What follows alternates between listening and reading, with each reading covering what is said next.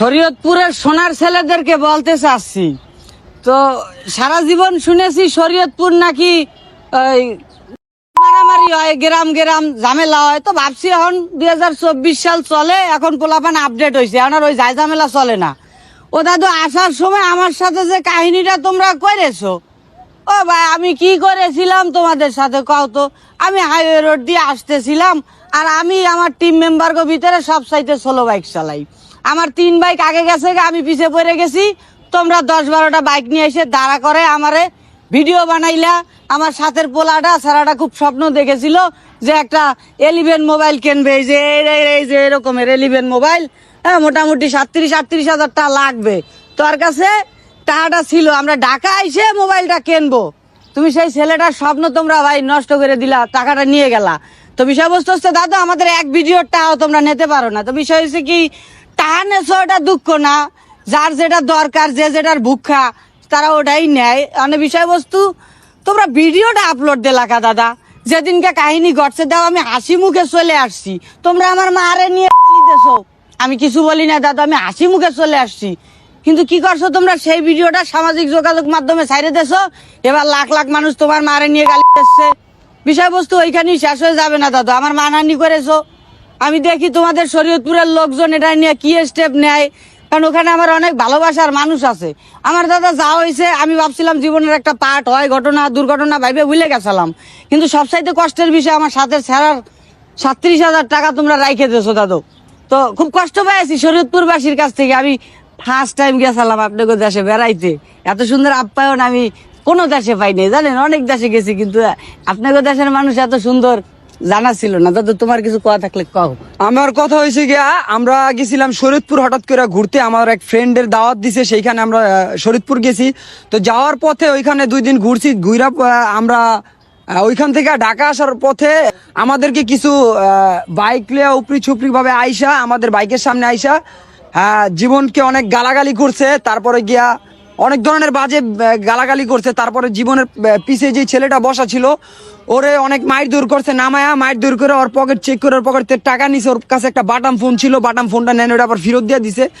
তারপরে গিয়ে হচ্ছে কি, আমরা যখন ওইটা ঝামেলাটা ওইখানে হয়েছে, আমরা অনেক রাইট হয়ে গেছে। আমরা যেহেতু সবাই আমরা 4টা গাড়ি গেছিলাম, তো সবাই আমরা খুব ফাস্ট ঢাকা আসার জন্য তাড়াহুড়োর কারণে জীবন পিছে বেড়ে গেছে গা। তোর একা পায়া ওইখানে পিছনে এই ঘটনা ঘটছে। পরে আমরা বাইক ঘুরে যাইবার চাইছিলাম, পরে জীবন এটা আর বাড়াবাড়ি করতে দেয় নাই।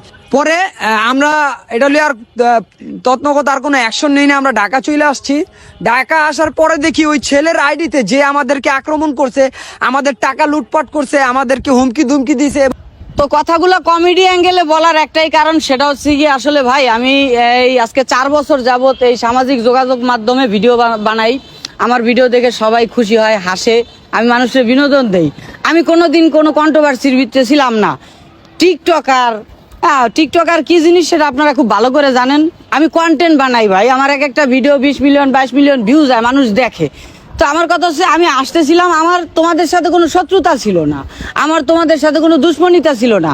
তোমরা কি করলা, সবাই একসাথে আটকায় আমাদের এই হেনস্থাটা করলা। তো বিষয়বস্তু সেটা না, ওই কথা আছে না, এলাকার কুত্তা এলাকায় বাঘ হয়ে যায়। কিন্তু বাবা আমরা কিন্তু এলাকার না, 64 জেলার ভিতরে আমাকে মোটামুটি সবাই চেনে, আমাকে কোনো এলাকা লাগে না, আমরা জেনে যাই ওইটাই এলাকা হয়ে যায়। তো ওদিনকে আমি চাই নাই তোমাদের সাথে আসলে কোনো সিন ক্রিয়েট করতে, কারণ জীবনে অনেক ধরনের অ্যাক্সিডেন্ট ঘটে, ওইভাবে ভুলে যাচ্ছিলাম। কিন্তু তোমরা কি করলা, সামাজিক যোগাযোগ মাধ্যমে তোমরা যেই অ্যাক্সিডেন্টটা ঘটাইলা সেটা নিজেরা ভিডিও করে আপলোড করে দিলা, যাতে আমার মান সম্মান একটু নষ্ট হয়। তো দাদা বিষয়বস্তু হচ্ছে গিয়ে মান সম্মান বিষয় হলো, ওইখানে পাবলিক ভিডিওতে দেখছে যে আমার এক্সপ্রেশন কেমন ছিল, আমি তোমাদের সাথে হাসি মুখে ছিলাম, আমি কোনো সিন ক্রিয়েট করি নাই। তবে আমার খুব কষ্ট লাগছে, আমার সাথে লোকটার টাকাটি রেখে দিয়েছো। তো এখনো ভাই বিষয়বস্তু হচ্ছে গিয়ে, যদি ওই ছেলেটারে টাকাগুলা ফেরত দাও, আর একটা ভিডিও বার্তায় যদি ওই পোলাটারে সরি বলো, কারণ তোমরা ওই পোলাটার অনেক মারছো। হ্যাঁ, এটা আমার খুব কষ্ট লাগছে, আর টাকাটা নিয়েছে এটাও খুব কষ্ট লাগছে।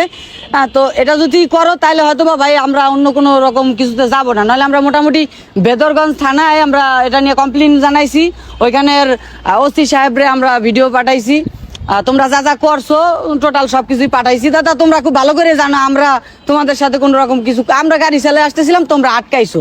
কে আটকাইছো বেটায় সেলিব্রিটি, বেটার আটকে একটা ভিডিও বানাইতে পারলে ভাইরাল, একবার ওই যে যাক কইলাম না থাক।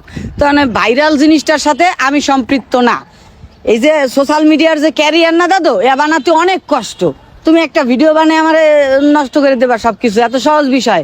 তো বিষয়বস্তু হচ্ছে গিয়ে সামাজিক যোগাযোগ মাধ্যমে আমাকে মানহানি করা হয়েছে দাদু। আমি এটার জন্য ডিজিটাল নিরাপত্তা আইনে মামলা দেব, আমি মানহানি মামলা দেব।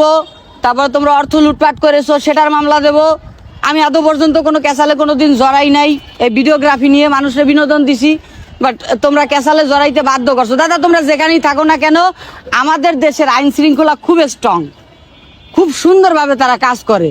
তোমরা শুনেছি একটা দলের নেতা দাদু, তো বিষয়বস্তু হচ্ছে গিয়ে কোনো নেত্রী বা কোনো নেতা ছিনতাই করতে শেখায় না।